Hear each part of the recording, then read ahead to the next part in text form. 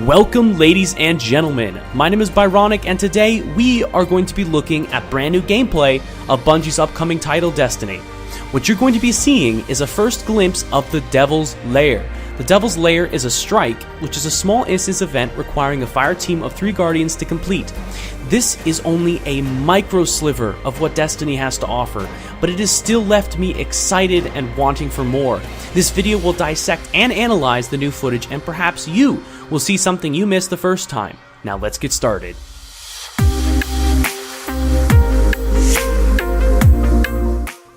Right off the bat, we can see this demo is being shown from the PlayStation 4. While the X at the bottom right of the screen might not be conclusive, press from IGN confirms that they did indeed play on the PS4 and provided a button mapping of Destiny in its current form. Moving on, we can see 3 ships, each representing a single Guardian, diving into the atmosphere of Earth. This video is based beneath the ruins of the Cosmodome located in old Russia. And as we move through this video, I will be adding annotations to translate the Russian on screen.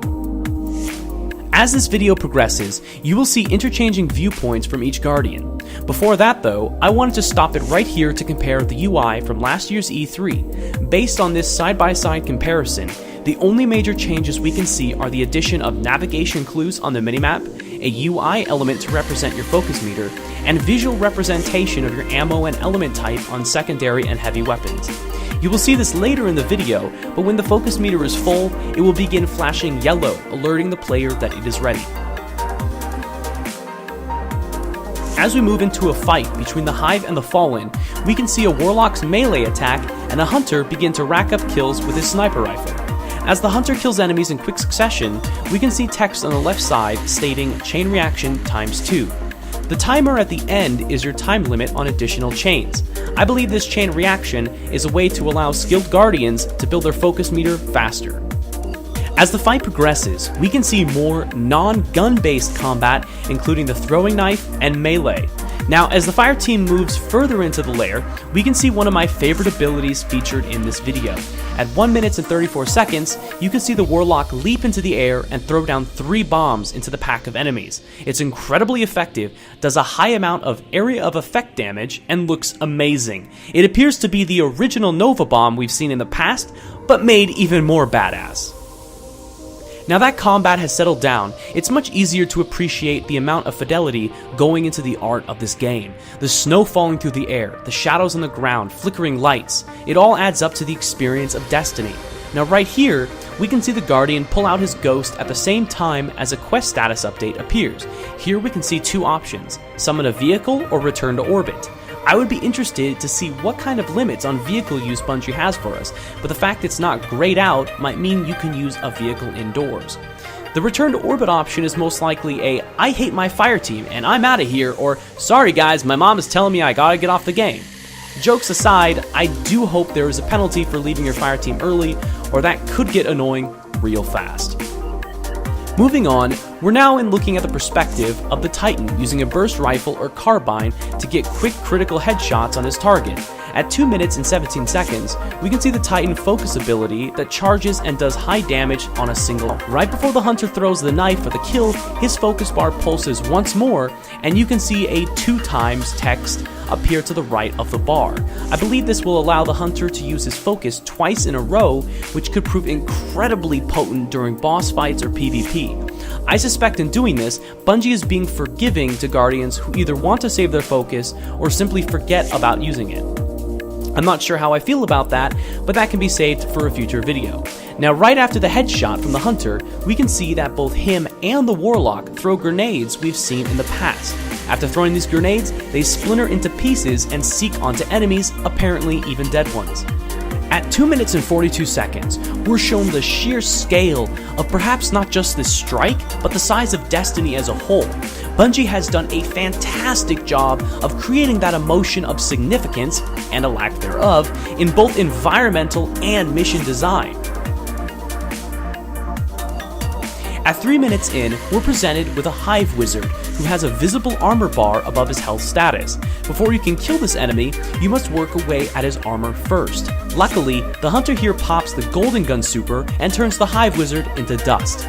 Likewise, you can see that after popping the Hunter's golden gun, the focus bar remains yellow for a brief moment, then directly after killing the Hive Wizard goes back to ×2. Switching back to the Titan, we can see his focus meter reach 100% and the text "supercharged" is displayed. Summoning his ghost, the Warlock begins a protect and defend event while the doors are being hacked. Great. The way out of here is sealed. Pretty complex. I'll need time. Right as the event starts, we can see the quest status text at the top right, mesh layers deactivated. I don't believe the players have an influence at the rate at which the mesh layers are deactivated. It's simply a timer to defend the ghosts represented in 3 phases. At 3 minutes and 44 seconds, we can again see the amazing Warlock super, which rains down space magic upon the heads of the fallen. At this point, the ghosts gives an audible clue to the progress of the defense quest. It's like the entire system is wired to it. I'll work faster. Right after tripping the alarm, the amount of enemies encountered and their toughness noticeably increases. At 4 minutes and 2 seconds, we can see a new invisible fallen taken out with a sniper rifle and the addition of a new combo text on the left side titled Death's Dance. This occurred right after killing the enemy with a headshot. Moving on, the fight continues to heat up as the fire team focuses down enemy after enemy. At 4 minutes and 20 seconds, you can see the Hunter's shields regenerate after taking a considerable amount of damage.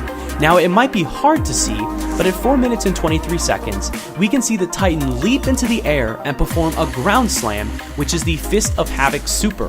What's important to notice, however, is right after his super is performed, a ball of blue energy is released that can be picked up by other players.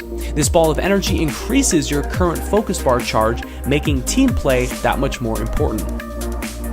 At 4 minutes and 25 seconds, we can see a second headshot which leads directly to another Death's Dance, confirming that Death's Dance is indeed a headshot combo reaction.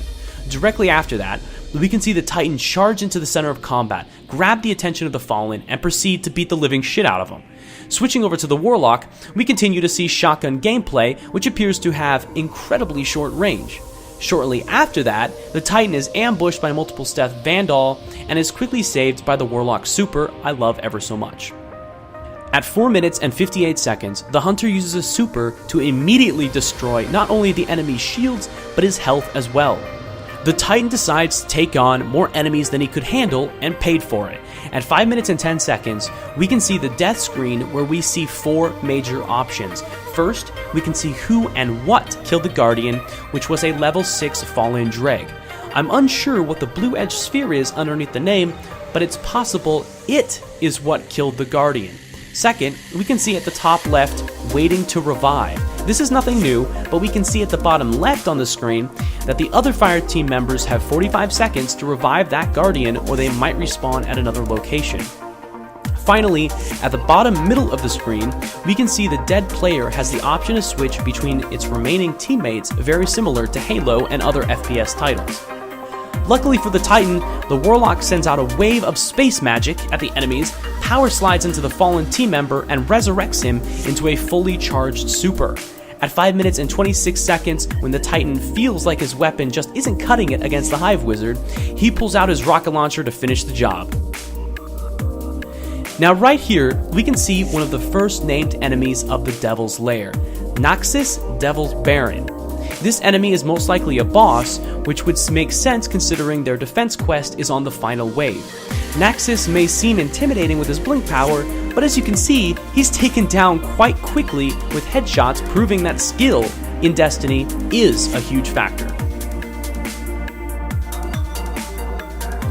Right after killing the boss, the gates open up and the next part of the quest is made available to the Guardians.